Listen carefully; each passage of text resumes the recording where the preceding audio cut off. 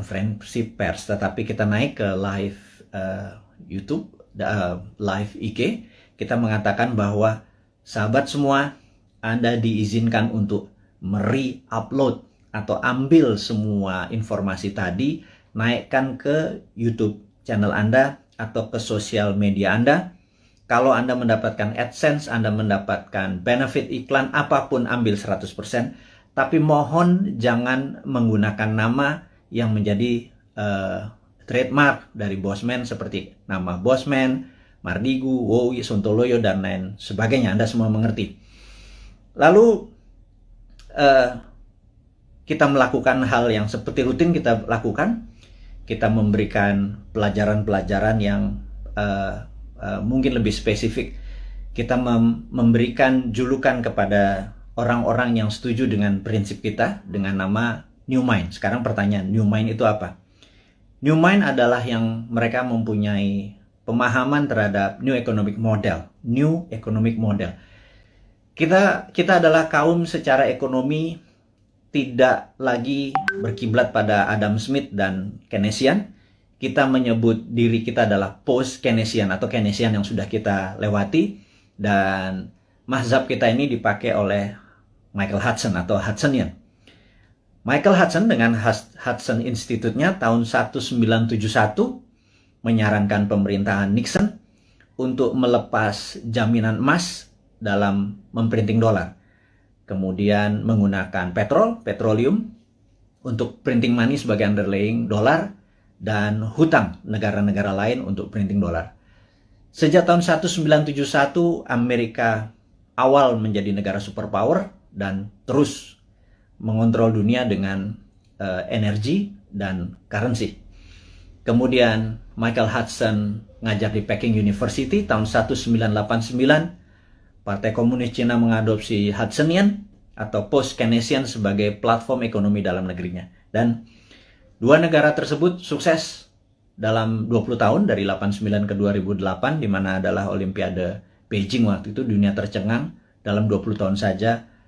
China atau Tiongkok sudah menjadi negara sangat besar atau superpower. Dan dua negara tadi, Amerika dan Tiongkok, menggunakan New Economic Model berbasis ajaran dari Michael Hudson yang saat ini yang terkenal adalah muridnya namanya Stephanie Kelton.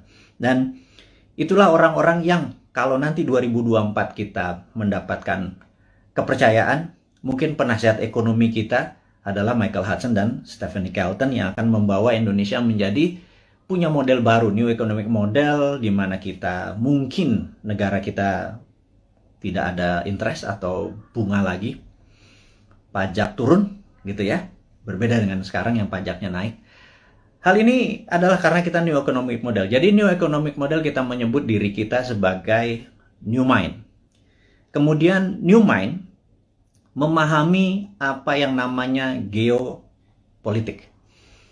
Geopolitik adalah sebuah kekuatan geografi dari negara kita untuk kekuatan berpolitik terhadap negara-negara lain. Jadi saat ini misalnya kekuatan geografi kita untuk politik untuk menekan Singapura, menekan ASEAN, menjadi kekuatan di tengah, memanfaatkan Selat Malaka untuk keuntungan ekonomi, saat ini tidak dilakukan selama 20 tahun pemerintahan yang ada. Kenapa saya sebut 20 tahun? Karena 20 tahun adalah ukuran yang harus kita patokkan. Jadi Dubai dibangun dalam 20 tahun, Beijing dibangun 20 tahun, Tiongkok, kemudian banyak negara yang dalam 20 tahun menjadi negara besar. Jadi kita tanya sekali lagi, Ibu Mega, alhamdulillah Anda sudah 3 tahun menjabat sebagai presiden ke-5, kemudian Pak SBY selama 10 tahun, terima kasih Anda sudah 10 tahun membawa negara ini. Kemudian terakhir adalah saat ini Pak Jokowi dengan 7 tahun, jadi total sudah 20 tahun. Pertanyaan dari kaum New Mind kepada Anda semua yang kami menganggap tidak berbeda haluan ekonominya, kita bicara ekonomi dulu ya, adalah tidak berhasil membawa Indonesia untuk menjadi negara superpower. Dan kemudian tahun 2024 ada 3 informasi yang kita bisa share. Nomor satu adalah ada isu bahwa akan diperpanjang 3 masa jabatan. Jadi incumbent bisa men-challenge lagi dirinya. Dan di sini saya ragu apakah nanti tahun 2024 Anda menang juga gitu ya. Tapi nggak apa-apa, itu adalah fair fight. Jadi kalau kita nih kaum New Mind mendadak nanti challenge-nya dengan incumbent, mungkin menarik karena kita menang atau kalah pun dari yang the best gitu ya.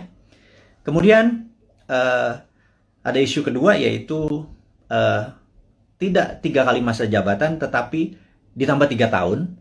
Seperti halnya waktu itu FDR, Franklin Delano Roosevelt, karena Perang Dunia Kedua terjadi di Amerika, dia harus memperpanjang jadi 4 kali. Jadi satu-satunya presiden yang 4 kali masa jabatan dikarenakan di-extend jabatannya. Jadi minta di-extend 3 tahun karena mungkin tahun 2020, 2021, 2022 masa pandemi ini tidak perform, jadi minta jabatan 3 tahun. Dan baik itu jabatan 3 tahun ditambah, walaupun nanti 5 tahun lagi, atau 3 kali masa jabatan, itu keduanya harus MPR putuskan dan DPR. Jadi saya yakin Anda bisa lakukan karena DPR saat ini sudah Anda kuasai, ditambah PAN bergabung, jadi udah 82% suara Anda. Pasti Anda bisa ubah ini semua semau-mau dan sependapat Anda. Nggak apa-apa, itu free fight, itu pasar bebas, itu adalah demokrasi, kita nggak perlu marah. Selama ini adalah kemufakatan dari beberapa pejabat di atas sana. Jadi selama kita bisa bertanding nanti di 2024, ya kita nggak apa-apa juga mau itu 3 kali masa jabatan. Tapi ya kalau diperpanjang 3 tahun itu berbeda gitu ya. Kita akan bertemu di 2027 gitu ya. Nah, dengan masuknya PAN, kayaknya konstelasi politik bergeser. Apakah PAN masuk kabinet seperti informasi yang kita ketahui? Apakah Pak Zul masuk atau Mas Trisno Bahir masuk? Mungkin Menko Kesra, saya nggak tahu. Saya cuman mengira-ngira aja. Kemudian Pak Hadi, Panglima kita yang mendekati masa pensiun, apakah dia masuk kabinet? Atau penggantinya di Panglima bisa Pak Andika dari darat. Kalau ini merasa darat lagi, mungkin Angkatan Laut yang masuk, dan Pak Andika bisa juga digeser ke BIN. Apapun itu, tujuannya saya tahu bagaimana, atau kita tahu bagaimana membuat negara Indonesia ini berdaulat. Saya tidak menentang, atau kami New Mind tidak menentang. Yang jadi pertanyaan adalah, apakah kalian bisa membuat negara Indonesia menjadi negara superpower di tahun 2045 atau 24 tahun dari sekarang? Jadi apapun itu, kita lihat langkahnya hanya menaikkan pajak, kemudian berhutang, dan membangun hal-hal yang menurut beberapa orang tidak produktif. Kalau jalan tol, infrastruktur, oke lah. Walaupun dalam sebuah buku yang saya lupa, currency, saya nanti inform, si Bolat ini, dia menyatakan bahwa jangan mimpi membangun negara hanya bersandar pada infrastruktur, jadi harus holistik. Jadi ada infrastruktur statis, infrastruktur dinamis, dan saat ini dianggap hanya infrastruktur statis yang diam seperti jalan tol, jembatan, pelabuhan, dan lain sebagainya. Harusnya infrastruktur dinamis juga dibangun. Tapi ada hal yang menurut kami adalah hal yang tidak produktif, adalah membangun ibu kota pindah ke Penajam. Dan ini produktifnya di mana kita nggak tahu gitu ya. Tapi yang jelas itu bukan hal yang penting, karena bagi orang seperti saya atau kaum New Mind ini yang sangat percaya pada kedaulatan sebuah bangsa, Penajam itu sangat lemah sekali jika ada serangan dari negara lain. Karena sisi utara ada Malaysia, Sarawak, di mana pangkalan militer Malaysia terbesar adalah di utara Kalimantan, di Sarawak. Kalau menyerang Penajam kurang dari setengah jam, bawa bom pesawat pembom rata tanah, dan kita nggak punya perlindungan sama sekali. Jadi saya pikir membangun Penajam, membangun ibu kota, nomor satu adalah harusnya membangun pangkalan militer terlebih dahulu. Pangkalan angkatan lautnya digeser dulu, pangkalan angkatan udara digeser dulu, kemudian darat dan kepolisian harus dipersiapkan dulu, infrastruktur harus disiapkan dulu, baru ibu kotanya. Jangan dibangun gedungnya dulu. Begitu saya jadi presiden nanti tinggal dibom sama Malaysia, kan gerah kita. Jadi saya rasa sudahlah. Jangan nanti jadi hambalang penajam itu lupakan. Ini saran dari New Mind. Wahai yang terhormat kepala negara, jangan dilanjutkan. Kita mengutamakan adalah masalah pandemi dulu gitu ya. Nah, kita masuk ke topik berikutnya adalah, masih topik yang pertama adalah yang jelas YouTube channel kita kemudian diserang lagi berkali-kali sampai kita bingung. Maksudnya bingung nih gini. Kita kan punya channel di Santara dengan tagline UKM menang, kemudian Dinaran Official dengan tagline Rupiah menang. Kalau Bosman Mardigu tagline-nya adalah Indonesia menang. Jadi kita memasang cerita karena selama di takedown tidak boleh upload, kita menaruh informasi di Dinaran Official dan di Santara. Kemudian begitu kita boleh lagi memasang, kita memindahkan informasi di Dinaran tersebut official ke Bosman Mardigu dan itu di takedown juga. Itu kita heran, berarti memang YouTube kita memang ditarget gitu ya, sampai kita kebingungan. Karena apalagi yang ditarget, karena benar-benar kata-kata yang kita taruh, bahkan jualan emas, jualan dinaran, akan mempromosikan emas sebagai alat bayar atau bukan, sebagai alat tukar. Itu pun di take down. Jadi kita pikir kita akhirnya diserang lagi. Kali ini menarik, katanya kita melanggar konsensus WHO. Kita ngecek langsung video mana yang melanggar konsensus WHO. Ternyata di salah satu video, nggak di salah satu, ada 5 video kita tentang BPOM dan vaksin dan COVID. Di situ kita terang-terangan mengatakan kita mendukung vaksinasi, tetapi kita lebih mendukung terapi imunitas. Alias, mereka dites titernya dulu, di mana kalau titernya 150 ke atas atau 200 ke atas, tidak usah vaksin karena antibodinya tinggi. Jangan semua orang dihajar titernya rendah atau tinggi, dihajar semua pakai vaksin, sehingga terjadi pemborosan. Dan menurut kita ini, ada 400 juta vaksin udah dibeli, jangan-jangan dengan 50 juta kalau kita selected mereka yang titernya di bawah 150 antibodinya itu yang divaksin, maka jangan-jangan 80% penduduk kita yang di kampung-kampung sana yang hanya makan tiwul, hanya makan jagung rebus, terus ngopi, terus ngakak-ngakak tuh titernya pada tinggi semua karena bahagia semua. Sementara yang bermasalah nyara orang di kota dan pejabat-pejabat, terutama politikus yang titernya rendah walaupun makannya enak. Mungkin karena duitnya nggak halal kali ya. Mereka-mereka yang dikasih vaksin gitu. Nah, ternyata kita mempromosikan imunoterapi atau terapi imunitas itu dianggap melanggar konsensus WHO. Dan kita di take down lagi. Jadi kita mulai mempelajari apa sih konsensus WHO. Ternyata konsensus WHO itu adalah vaksin itu suggested, atau dalam bahasa Indonesianya, vaksin itu disarankan.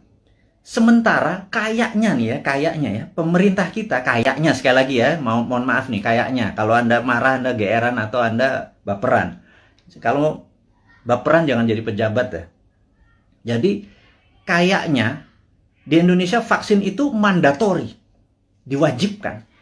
Sementara WHO hanya suggested atau menyarankan. Jadi di sini kita ada sedikit pertanyaan. Kita tidak melanggar konsensus WHO, tapi mungkin melanggar mandatori atau perintah dari pemerintah saat ini. Sekali lagi, kita bukannya tidak mendukung, tapi kita punya preference. Karena sahabat saya, seorang profesor yang saat ini mengajar di Cornell University, beberapa minggu yang lalu, mungkin beberapa hari yang lalu, 3 minggu yang lalu, mengatakan, kalau vaksin adalah sebagai single bullet proof untuk menang melawan COVID, itu halu. Jadi dianggap delusion.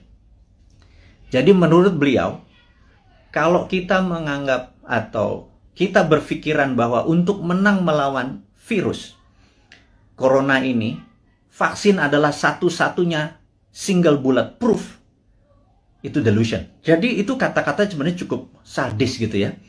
Karena sebenarnya ada banyak cara untuk selain vaksin. Taliban itu nggak pakai vaksin, nggak pakai masker tuh, nggak ada yang satupun yang kena.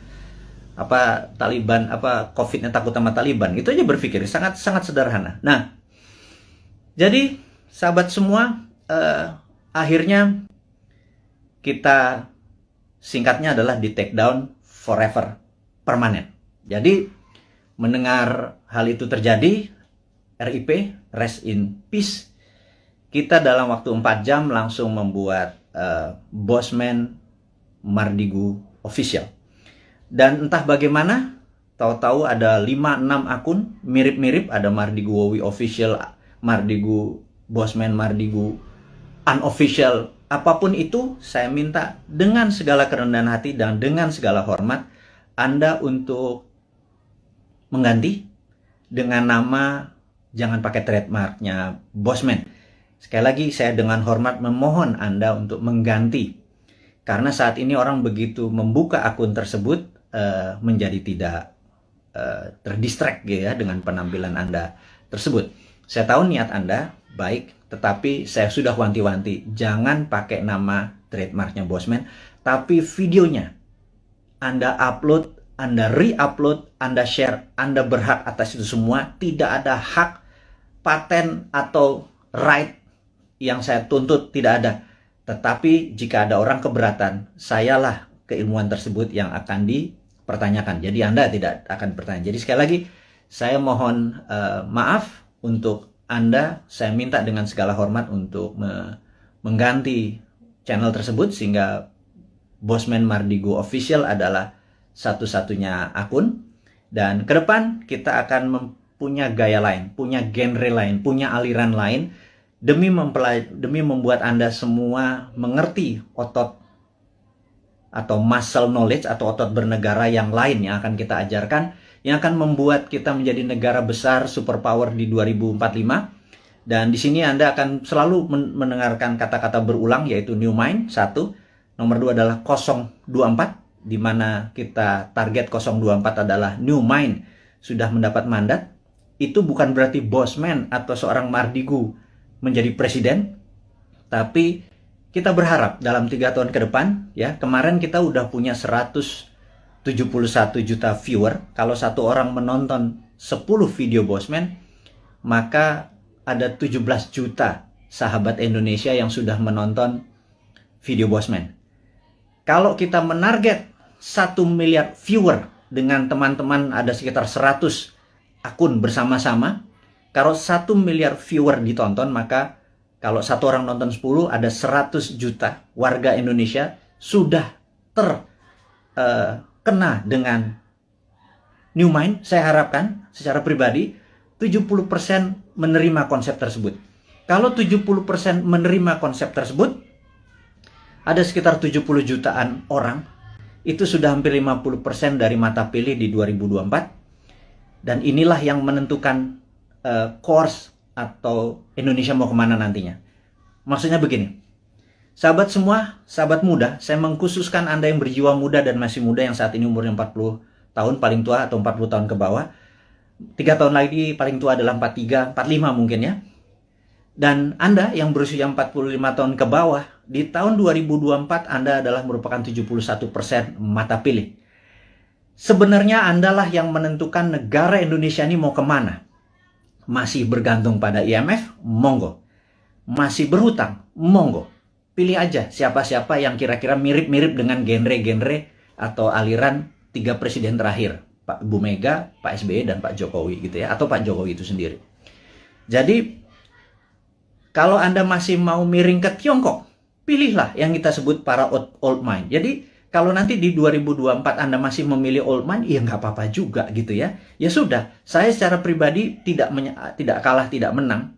Tapi saya akan bilang ke anak cucu kita atau kita semua ya saat ini, yang hampir 7.000 sahabat yang saat ini bersama-sama menonton live IG-nya Bosman ini.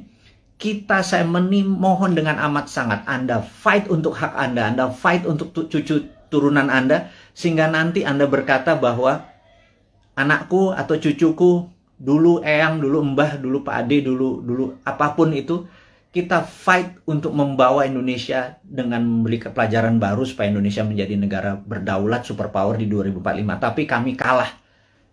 Di 2024 ternyata yang dipilih adalah old mind juga. It worth a fight. Jadi kita bisa punya cerita bahwa been there done that, ya gue kalah gitu ya.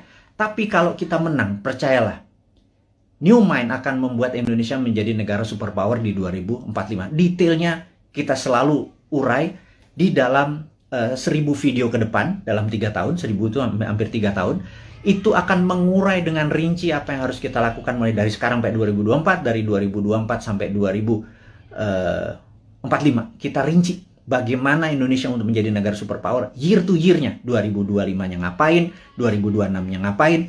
Saya tidak yakin bahwa satu orang pun yang saat ini mencalonkan atau ingin menari menjadi presiden atau menjadi wakil presiden di 2024 punya konsep untuk membuat Indonesia menjadi negara superpower. Saya ragukan itu. Karena yang mereka lakukan adalah populerisme.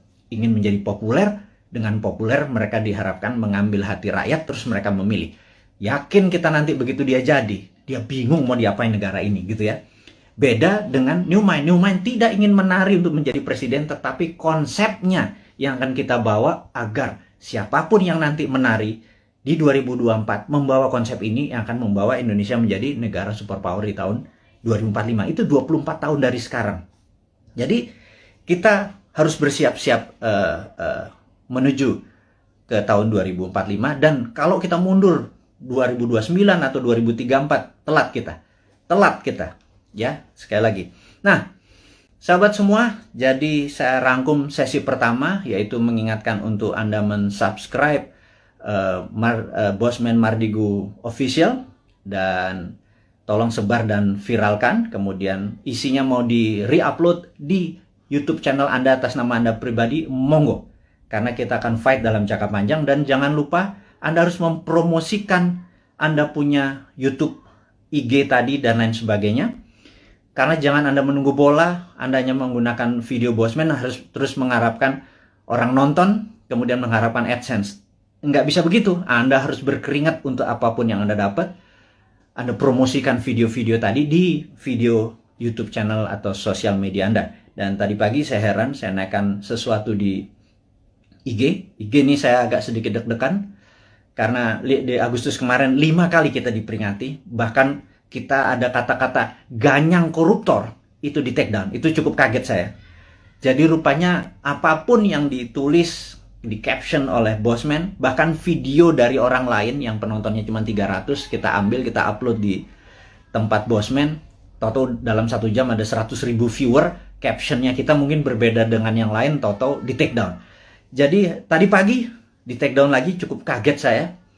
Dan kalau itu di take down lagi membuat resiko IG kita yang 2,1 juta follower ini juga beresiko seperti 1,5 juta subscriber dari YouTube. Jadi, tapi apakah kita akan give up atau menyerah? Sahabat semua, perjuangan kita tidak akan pernah menyerah walaupun kita mulai dari nol lagi, tetapi ilmu-ilmu kita dan ini pelajaran-pelajaran kita akan terus berikan. Kita tidak melawan, tetapi kita akan bekerja dengan dengan semangat kaum New Mind. New Mind itu nggak ada matinya. Die hard New Mind itu nggak ada matinya. Nah, sahabat semua, kita akan membicarakan topik baru yang namanya long COVID. Jadi, sahabat semua, Anda tahu bahwa saya terpapar di bulan November tahun lalu. Kemudian 9 hari saya di rumah sakit. Kemudian pulang. Muscle saya bisa dikatakan shrinking atau mengecil hampir 10-20%. Sehingga sejak bulan Januari saya ada personal trainer hanya untuk membuat muscle saya bergerak. Jadi Anda akan lihat ini saya agak kurus, muka saya agak tirus dan lain sebagainya. Karena muscle saya hilang, asam amino saya seakan-akan dimakan oleh COVID tadi. Dan di sini ada hal yang baru, ternyata saya mengalami apa yang namanya long COVID. Dan alhamdulillah saat ini sedang mengalami terapi dengan stem cell dan growth factor. Ini yang saya akan menceritakan sedikit. Apa itu long COVID? Gitu ya. Jadi sahabat semua, kalau ada pencuri masuk ke sebuah rumah, pencuri itu ingin mencari emas, uang, ATM, kunci mobil, dia bongkar lemari, dia bongkar kulkas, dia bolak-balik sofa, dia apapun di dalam rumah itu berantakan. Dan ketika keluar dari rumah tersebut, ada polisi yang menembak mati. Matilah pencuri tersebut. Tetapi rumah yang tadi dia masuki sudah berantakan. Itu dikatakan badai sitokin. Dan badai sitokin ini memakan waktu untuk penyembuhannya. Karena itu, efek ini disebut atau dinamakan long COVID. Sayangnya ini belum dipromosikan dengan detail dan banyak tentang long COVID. Maka dengan segala kerendahan hati, Bosman adalah orang yang awal-awal menceritakan tentang long COVID. Jadi ada yang efeknya setelah 3-4 bulan, mereka mendapatkan rambutnya rontok. Atau lelo, agak lupa terus lemot otaknya. Ini kok gue ke lantai 2 mau ngapain ya gitu ya. Kemudian ada yang gulanya yang biasanya normal 100 toto menjadi 300. Atau asam uratnya naik. Atau setiap malam berdebar-debar gitu ya.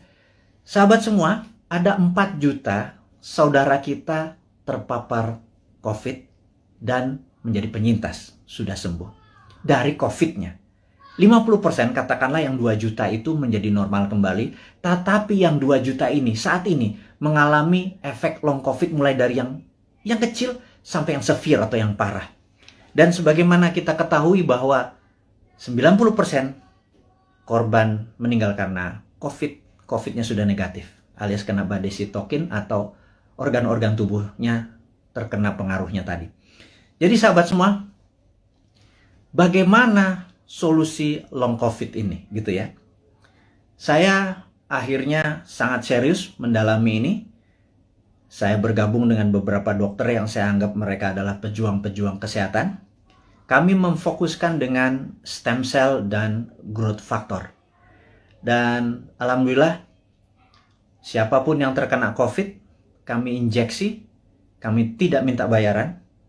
Siapapun yang terkena long COVID, kami injeksi, tidak meminta bayaran. Dan saat ini Anda bisa cek di YouTube channel yang nanti akan kita sebarkan dan di IG. Siapapun yang terkena ingin menggunakan stem cell dan growth factor, dan ini cukup mahal. Satu injeksi itu 1 juta rupiah, saya nggak peduli. Kita sudah hampir 3.000 orang kita lakukan dan alhamdulillah sudah hasilnya sangat positif dengan tingkat kesuksesan 98%. Ini akan kita promosikan besar-besaran sebentar lagi. Tentunya setelah kita masih terbatas, tapi ini adalah penyelidikan yang sudah 5 tahun berjalan. Kita gaspol, intinya adalah kita ingin berkontribusi, kita harapkan 1 juta orang. Entah itu yang terpapar atau kena long COVID, kita kasih free. Ini proyek agak utopia, agak gila sedikit. Tapi itulah New Mind. Tidak minta sumbangan pemerintah, tidak minta sumbangan apapun, tetapi kalau Anda kami tolong, dan rambut Anda yang rontok tahu-tahu tumbuh kembali setelah beberapa kali diinjeksi, kami mohon dengan hormat. Anda gratis. Tapi kalau Anda mau berkontribusi untuk menolong sesamanya, terserah. Mulai dari 0 sampai tak terhingga, Anda lakukan pembayaran atau tidak sama sekali, kita nggak peduli. Kita punya cara lain. Jadi intinya adalah stem cell dan growth factor ini akan menjadi senjata kita untuk menolong teman-teman yang long COVID. Saya tahu di antara 6.000 saat ini hampir 7.000 ada mereka yang jadi yang saat ini gue deg-degan kalau malam itu jangan-jangan long COVID karena gue udah penyintas COVID. Ini yang membuat gula gue naik, ini membuat dimmer gue naik dan lain sebagainya. Yuk kita diskusi lebih detail lagi tentang hal ini. Anda boleh DM atau nanti komen di IG kita atau di YouTube channel kita. Karena kita akan merinci sekali lagi. Jadi ini berbeda sekarang YouTube-nya dengan YouTube yang dulu. Kita akan lebih banyak kontribusi-kontribusi ini. Tapi bukan hadiah-hadiah, tetapi benar-benar ingin penyembuhan masalah COVID dan long COVID ini. Ini sedikit kontribusi dari kaum New Mind. Dan bagi mereka yang sehat, supaya tidak terpapar, kita adalah orang yang ingin imunitas kita tinggi. Kita ada immodulator. Ini juga free. Kita akan kasih semua orang. Ini berbahan baku juga ada stem cell dalam tanda petik yang kita keringkan dicampur dengan herbal. Ini juga gratis. Kalau Anda minta immodulator, kita kirim dimanapun, tapi ongkos kirimnya Anda tanggung. Kalau itu di luar Jakarta, kalau di Jakarta ambil sendiri. Nanti tempat-tempatnya kita kasih tahu, ada yang di Citos, ada yang di Senayan dan lain sebagainya. Itu detailnya.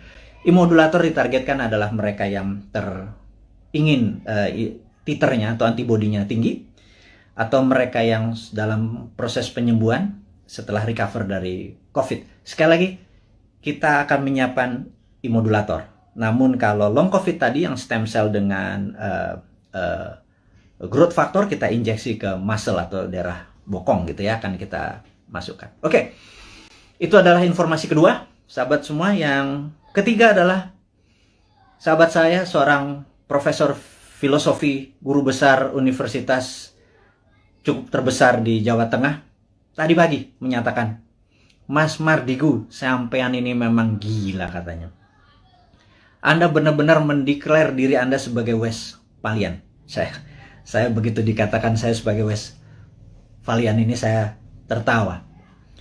Karena bagi orang seperti saya, no need an explanation tentang apa itu Westphalian. Jadi, tapi saya yakin teman-teman yang masih muda di bawah 40 tahun, mungkin yang memahami Westphalian ini cuman 5-10%. Ya udah, saya review apa what the hell is Westphalian gitu ya.